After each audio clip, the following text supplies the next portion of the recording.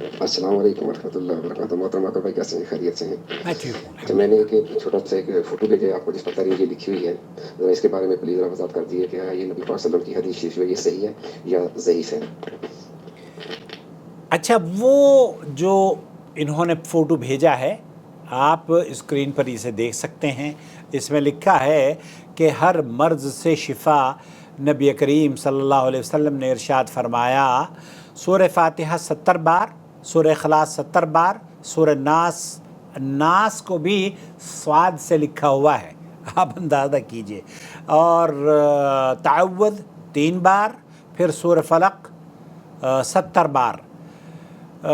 کہ جو شخص بارش کے پانی پر دم پڑھ کر یہ کرے گا تو آپ علیہ الصلوۃ والسلام نے قسم کھا کر ارشاد فرمایا کہ جبریل میرے پاس آئے اور مجھے خبر دی کہ جو شخص یہ پانی 7 دن تک متواتر پڑھے پیے گا، اللہ پاک اس کے جسم سے ہر بیماری دور فرما دے گا.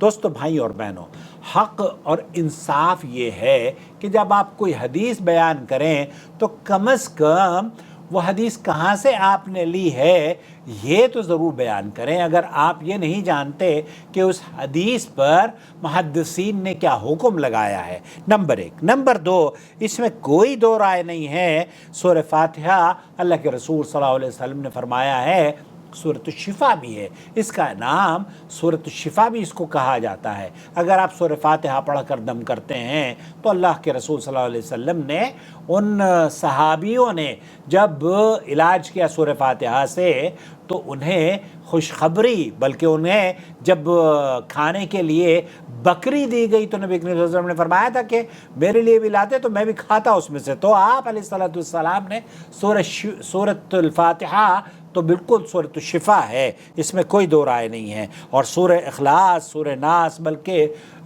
پورا قرآن کریم ہی وَنُنَزِّلُ مِنَ الْقُرْآنِ، قرآن کریم تو پورا کا پورا شفا ہے.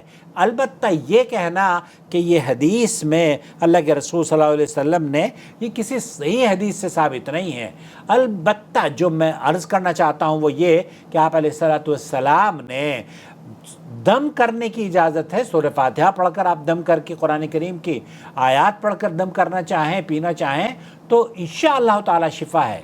لیکن یہ کہنا کہ یہ عمل آپ کر لیں گے تو ہر مرض سے آپ کو شفا مل جائے گی، یہ کسی بھی صحیح حدیث سے ثابت نہیں ہے. امید وضاحت ہو گئی ہوگی. والسلام علیکم ورحمۃ اللہ وبرکاتہ. اخوکم فی اللہ محمد عاقل، جدہ سے مملکت سعودی عرب.